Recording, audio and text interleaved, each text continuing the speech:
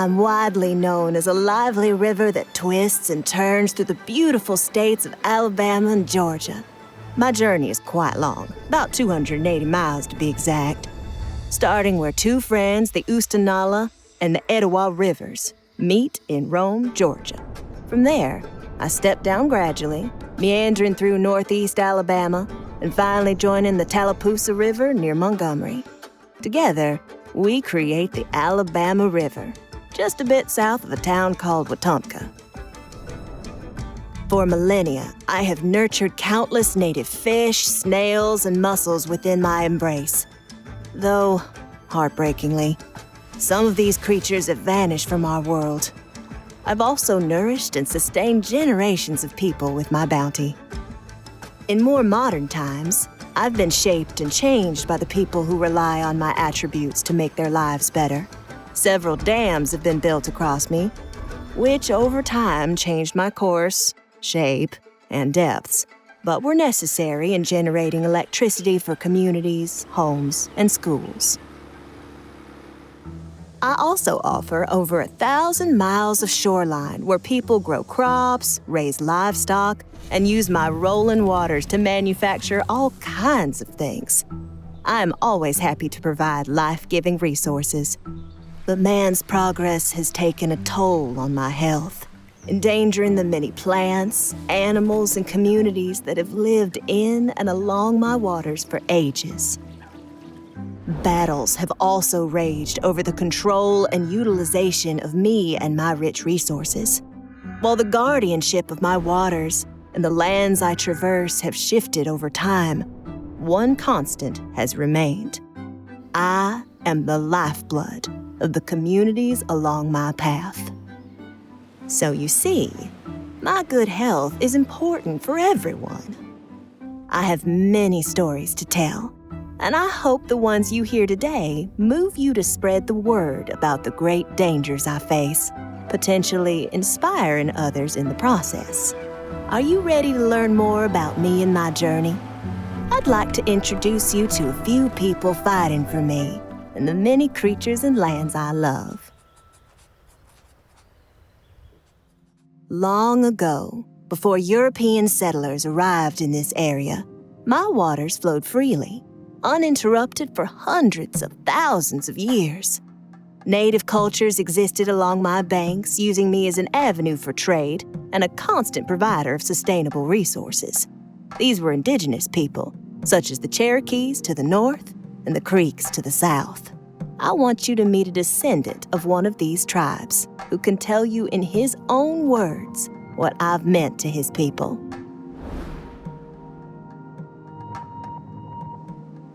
Pumazuligidadi isto vais yamaiganalaga nabugi badis. Ibo vangat pumazuligidadi mat igana azais ko ufatsa tin fatsidentin haya kadiduis. Hier iganalegan ido malga sabaglates mat punato malgat fullates nakizagio magat yama pumpunaga osingisegiduido. Pumazuligidadi yama nabugi mungovan. Ajilani embuskire miskinas ka banita jago sakko disla butin nakumaga mujasiza git fulla kadiduis. Mapunfula dadundos. Coosa hatsi wakates mapujuswa hatsi wakates hiya Wiarovki hatsi wakates istimasko gaigi imidalwa sugin ya hatsi dimbin abugi badiduis. Isti ajulidadi nakunakazia muna idimats. Coosa hatsi ufatsa. Hatsi inaskaban wi falot hogan. Aglegantat man utin ajagi dundos magimats. Tawalegiskos maktokoyans. Moezen fuswa malaktagin tuwila biza da kuwaka di desonoadit. Akhala di bizandot. Sumiji badis moezen fuswa hangidat. Kus magandot mat inhagi muidu adis kus mat kosa hoji foyatat man tuwilap kida kuwa di desonoad. Tosi badis mamondon Coosa hatsi hoji foyeri duis. Ma wadzin at yeset. Ma hasaglat kavat sa sabi poyat. Ayoy in legida abogat. Ayo atat hatsi dimbi abogi gorondos. Mansabi poyo, mamoy, abukadidat, mahubani poya didondos. The two major tribes that used the Coosa River were the Cherokee and the Creek. And the Creek lived about from Gadsden on down, and there were hundreds and hundreds of Creek villages along a lot of the major tributaries of the Coosa, especially the Chocolaca, Talladega Creeks. And the Cherokee lived sort of in the more montane reaches of the upper Coosa River. And they used the river for trade, for transport, for hunting, fishing, and just their entire livelihoods depended on the river. As you just heard, Native Americans harness my waters and the bounty it provides for sustenance, trade, and travel. Their lives hanging on my every bend and turn. They were the first to understand my value and importance. Tetkegi yama igana legan ye jadi.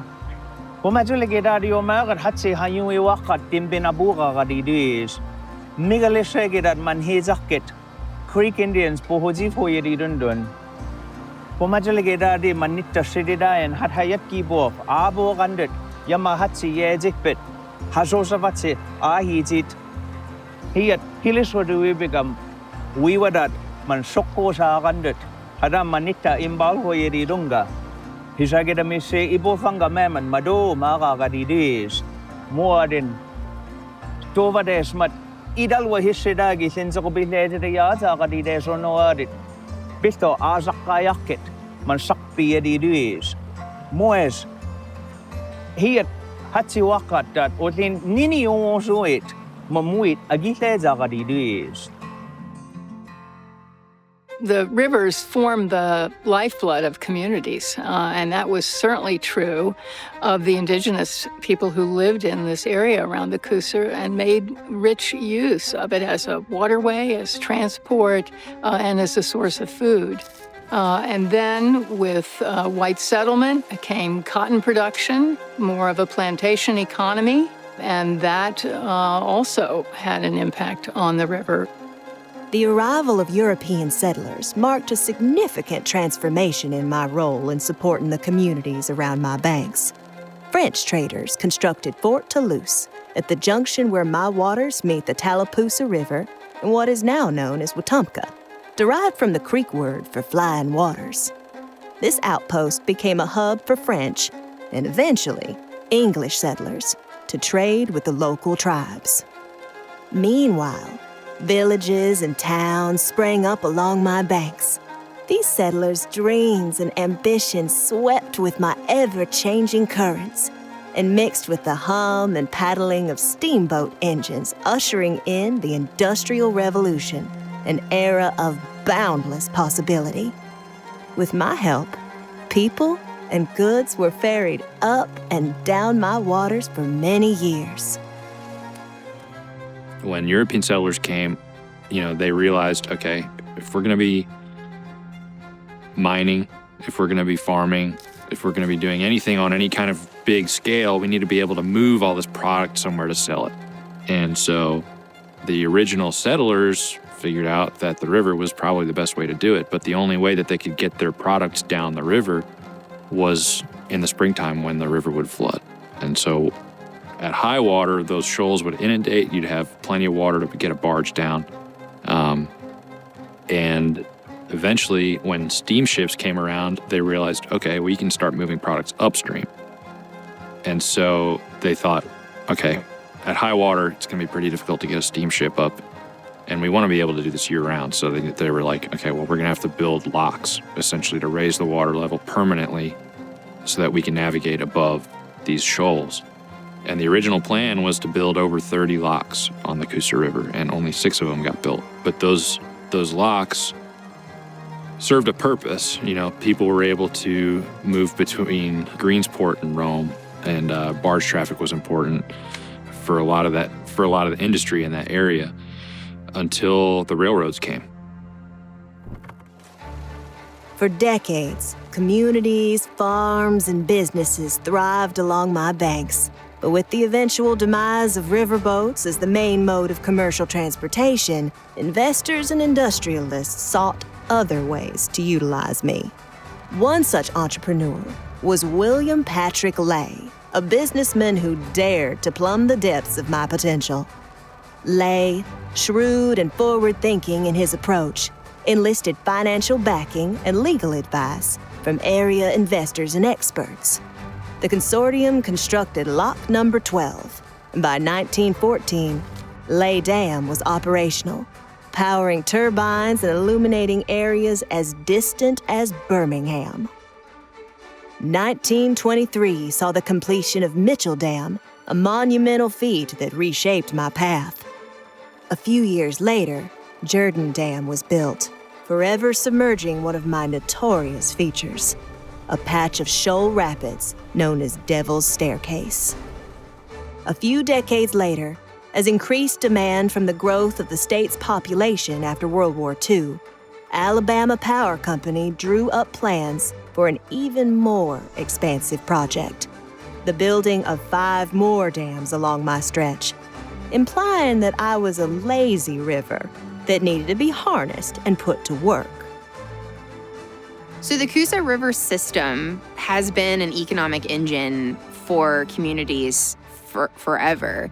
I mean, it was the original social connector. That's what rivers are, right? It's where people would come and meet and gather. That's why they're watering holes, right? But also the Coosa River has been put to work. So when Alabama Power first dammed the Coosa River, they've got a self-published book called Putting Loafing Streams to Work, which I always think is really funny because for me, our waterways don't need to create power to work for us. Our waterways work for us because they provide respite for people. I mean, there's data to prove that spending time outside, regardless of your age, increases your mental health. But Alabama Power's plan for this river system was to completely choke it. Hydropower, was marketed as this great renewable energy source, and the Coosa River was the perfect place to put hydropower because in order to generate electricity from water, the water needs to fall from higher elevation to lower elevation. On the Coosa River, you have a 500-foot elevation change. That's quite a bit of energy.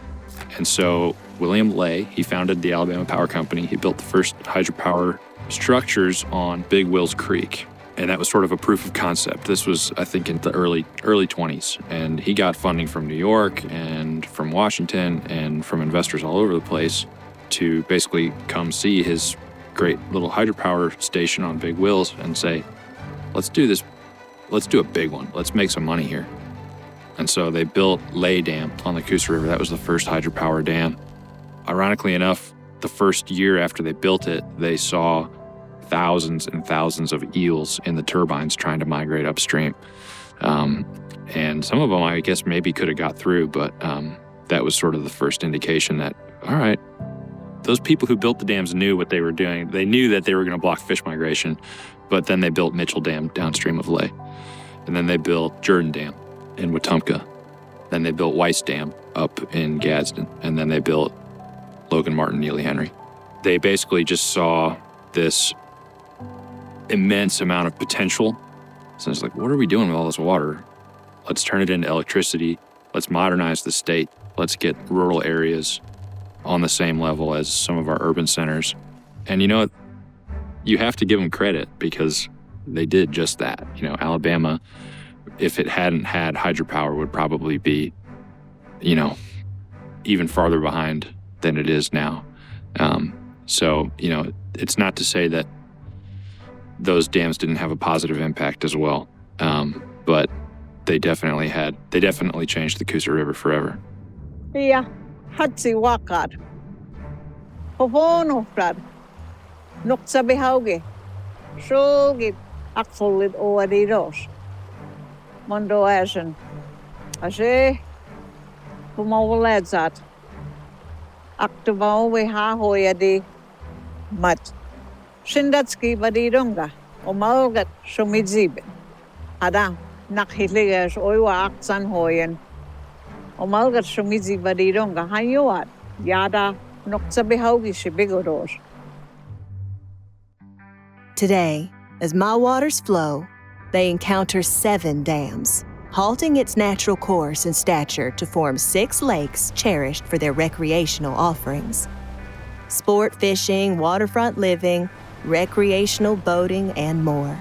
From Weiss Lake to Lake Jordan, these reservoirs now define my path, each a testament to human engineering and speculation in the 20th century, but forever altering my once swift currents. As useful as these dams were for many, my transformation took a heavy toll on my inhabitants, ending 36 species of native aquatic life and plunging me into the depths of one of the greatest extinction events in North American history.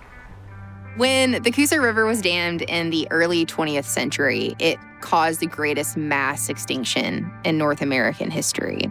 We lost over 36 species of snails and darters and other important aquatic animals when we changed the ecology of the Coosa system. So when we constructed Lay Dam, which is the oldest dam on the Coosa system, we changed from a very wide, rocky, fairly shallow river into a deep, very slow-moving reservoir. So those animals that required a high dissolved oxygen, so the amount of oxygen that's suspended in the water, were not able to survive. But there's that saying about if you're in a tent and you try to sleep with a mosquito, how that mosquito can make all the difference. That's kind of what those critters were. I mean, their job was to help maintain water quality.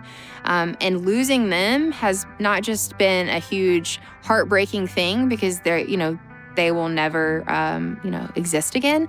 But it's amazing to show the resilience of nature because despite that loss, our watershed still has so much biodiversity. We have to learn to value or appreciate things for their intrinsic value to an ecosystem.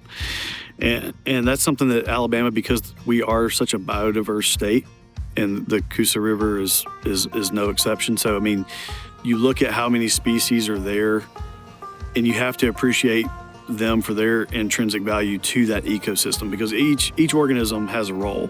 And if you look at things like mussels that many people will never see, I mean, you'll see the shells on the banks of the river that raccoons have eaten or things like that. But oftentimes people will never see a freshwater mussel. And they are, absolutely imperative to, water quality. They filter the water, they remove impurities from the water, and much like oysters do in a saltwater setting. And so once those mussels gone, there's a loss to water quality that then affects other species that are present in that system. And so you can see this domino effect where the loss of a mussel population can actually reverberate through the ecosystem and actually have consequences that impact larger predatory fish like the ones that many people like to go fish for. This river used to look nothing like how it looks today.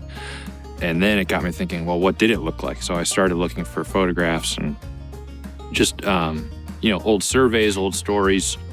And what I found was just incredible. I mean, there were so many shoals on the Coosa River. When you flood those shoals with a reservoir, you lose that white water. The other thing is, those dams were built so long ago that there really aren't that many photographs of what it used to be like. We have some stories, we have some surveys, but essentially what the Coosa River was this massive staircase from the headwaters in Rome, Georgia, all the way down to Wetumpka. But in general, it was just one big waterfall. Where those dams are situated were chosen because of the turbulence of the water moving through the earth right there. So for instance, Devil's Staircase, Lake Jordan that dam is built on what is known as Devil's Staircase. But that particular rapid was like when you read about people that were moving steamboats and moving goods up and down the Coosa system, they talk about these rapids like they're so gnarly. And some of these rapids, there are no known pictures. Like I cannot find a picture of Devil's Staircase. So it's been really interesting. The more that I learn about what this river means to me is really grounded in that history because this river was changed by us. With over a century of damming my waters, a significant ecological disaster is happening with detrimental consequences. It's a terrible ecological mess, causing serious problems and laying the groundwork for the worst to come. Yet the heavy toll of manufacturing casts an even darker shadow. My waters now bear the burden of waste and toxins. These toxins, a byproduct of human industry, threaten not just to choke the vibrant biodiversity that calls me home, but also to sow seeds of disease, like cancers, among those who depend on me. To fully understand the significance, we must examine the impact of another business and its legacy of introducing high levels of harmful cancer-causing substances into my waters.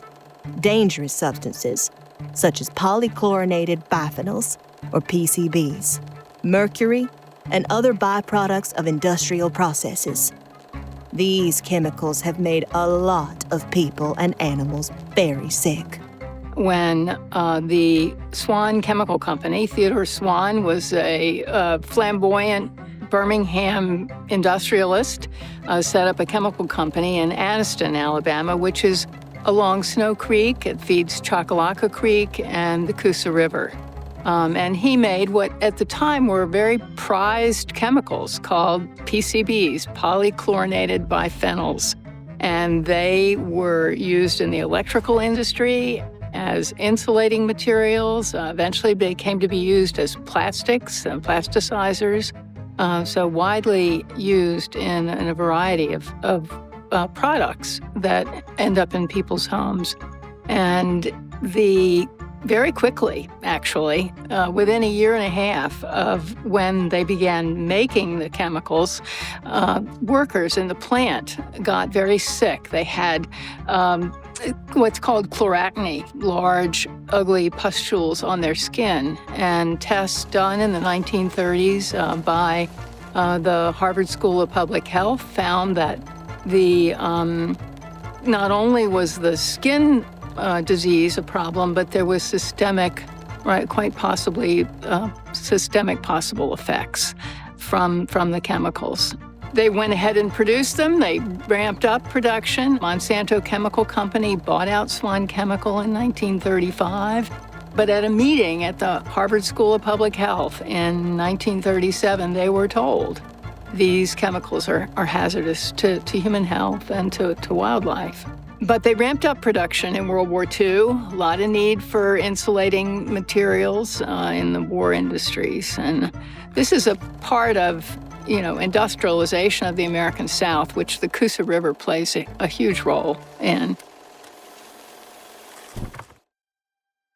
I feel very fortunate that I live in a state where there's an abundance of places to explore. And so for me, my Coosa history really begins visiting Anniston. So going to Logan Martin Lake and then going to see my grandmother in Anniston. And there was this very small, what I thought was a creek, but as an adult, I recognized it was a ditch.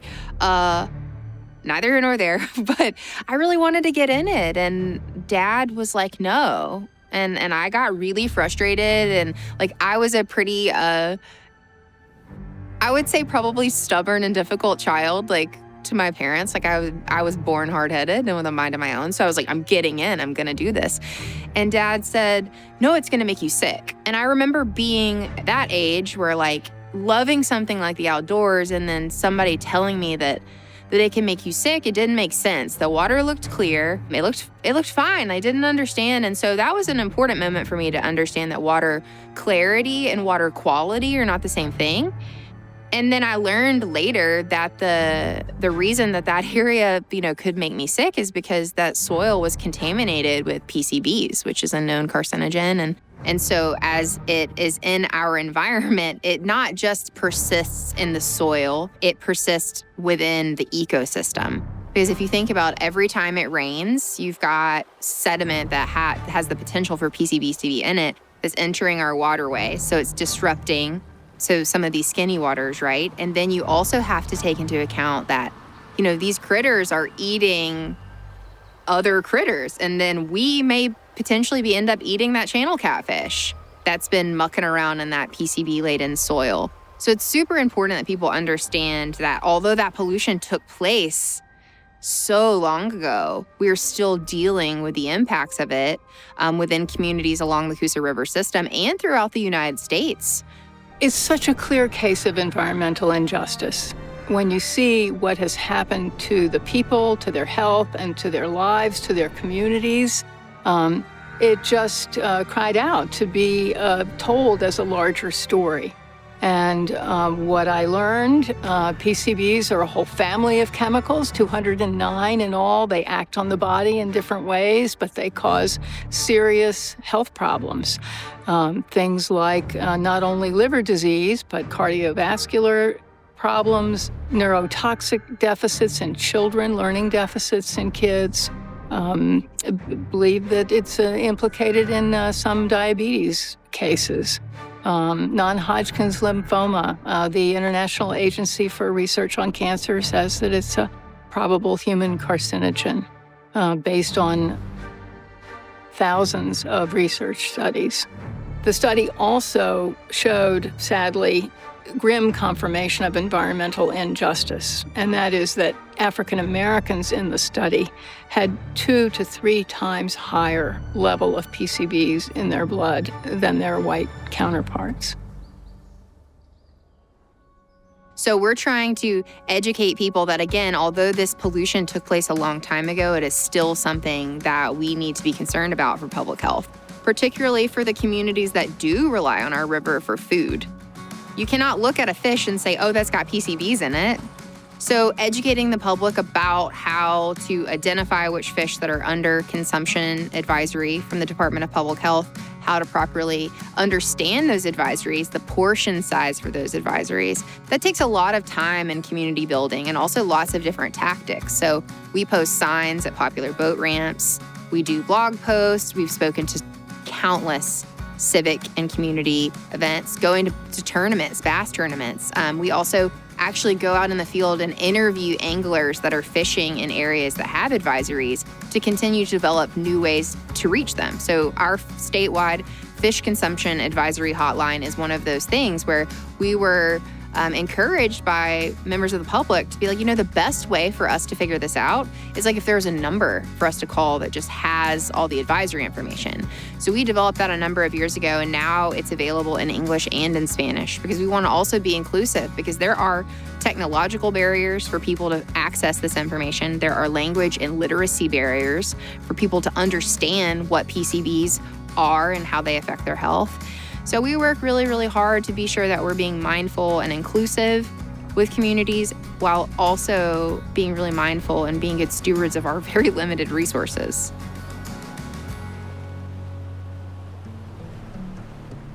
Now you know my story and the dangers I face.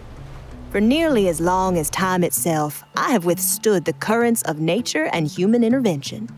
Yet I continue to provide opportunities for families to swim, boat, fish, and create power, a testament enduring strength and resilience. I know many depend on me and my aquatic bounty for supper and to maintain a good quality of life, which we all deserve. So as I meander through these shifting landscapes forever changed by human hands, my resolve never falters. With each bend and curve, I continue to make ripples in communities across Alabama. I need you as much as you need me. With our shared stewardship, we will forge a future that focuses on maintaining my health, the health of the critters who rely on me, and the health of the people who call my banks home. Munga, umazulagi dadidat, sabi poyatat, migusap kahaya kadis. Nitta ozen. Pumistal gidat. Ya igana si siya zibit. Hada. Idalwa agawabit abogi baslis. Kunt. Shahid skadat hai migo sabit abiyadis. Munga mamundon. Ayuat ahuski duiyat. Si siya zit. Abogi biyat. Poya fixadat. Ebon huiki oides. Si siya ziyat. Nakumalgan, bunggaya bagit, aful lidoat, kif kido. Yahachiwaka, alage, chadujidakaboga, chahwe, loja edihifbe, shobani dus. We were ajagi dus. We were that. Hubangi donowa. Nakomelga hishaga. Bashatkasish. There are certain facts about the future. The fact is, our world is changing, whether it's where people are living, whether it's the climate, whether it's our politics. We are in a changing world. Things are moving around. And I think one thing that we can count on is that this river will provide for us. It will provide our drinking water. It will provide respite for us on rough days. It'll provide fun times on holiday weekends. It will provide somebody's personal best bass. And we cannot take that for granted in the future, because water quantity and water quality are paramount to this river and to the people who use it. And just to sit idly by and do nothing when there is an issue comes up is unfair to your future self. It's unfair to future generations. And so I think some people feel very overwhelmed that some of these problems are like, I'm not going to be able to do anything. Well, not with that attitude, you know? So people need to do stuff. You need to pay attention, because a lot of the stuff that's going on specifically in politics and with how permits are written and how some of these industrial polluters influence and impact our politics, we've got to be alert.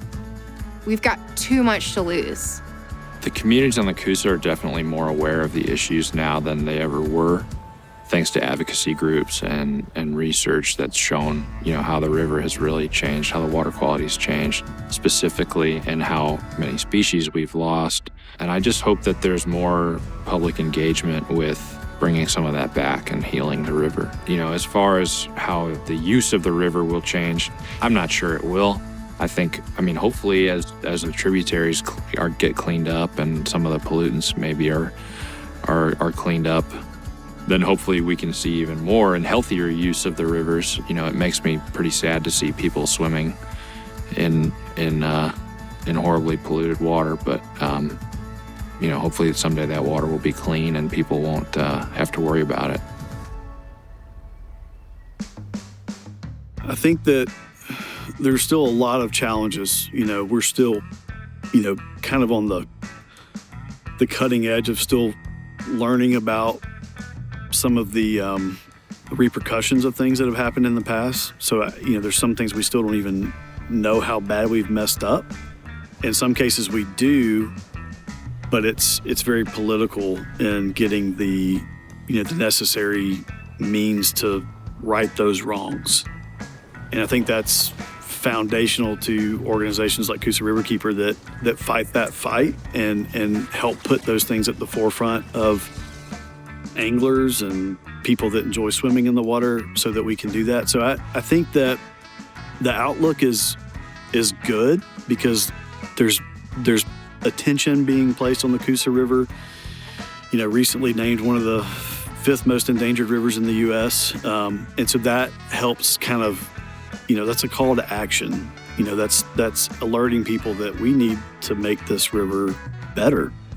Watersheds are the lifeblood of a community. And if we don't care for the tributaries, that affects the livelihoods, the aquatic habitats, the recreational opportunities, the commercial opportunities as well. Every aspect.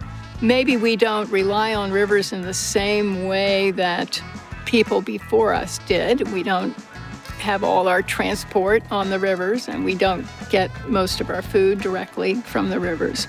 But that eco watershed is what ensures clean water, healthy communities. I don't know who you are and why you're watching this video. You know, maybe you're from Alabama, maybe you're not. Find your local waterkeeper. Find your local waterkeeper, because that person, that organization, they love that waterway just like I love this river. That's the coolest thing about this movement of waterkeepers, is that, like, there are people like me and like my team within 350 other organizations. So please find your local waterkeeper and connect with them. But if you are local, you are a Alabama person, please visit our website, CoosaRiver.org. Get involved. Learn about where you can take your boat out next weekend. Try to go someplace new. Try to build that appreciation. Get out of your comfort zone, because this Coosa River Basin has the most beautiful woods and the most precious water, and also the best people. And so I think just getting out there would be my first thing. Of course, I want people to support our work financially when and where they can. I mean, I'd be remiss to not plug that. But, you know, I want to inspire people to get outside and develop the love that river has offered me, and that like space that has offered me, because then you're going to want to support the groups that are trying to make it better. Leave your fears in the rear view, right now on a mission. Trying to stay the course on this road to redemption. Giving up seems tempting, but no need, cause I got you and you got me. A little UNITY will get us by. Through the storm and the rain, I'll be by your side. Look alive, the best has yet to come. Just some words of wisdom, plenty more. I know you've been looking for a breakthrough, trying our best to make do. Every day is something new, but change gon' come, oh yes it's true. Brighter days are straight ahead. Follow me, won't be misled. Just look up, don't hang your head, and we'll get to the promise, yeah. And it may seem like things ain't working out, but I know we gon' find a way without a doubt. Just hold on a little longer, you gon' see this through. I've been there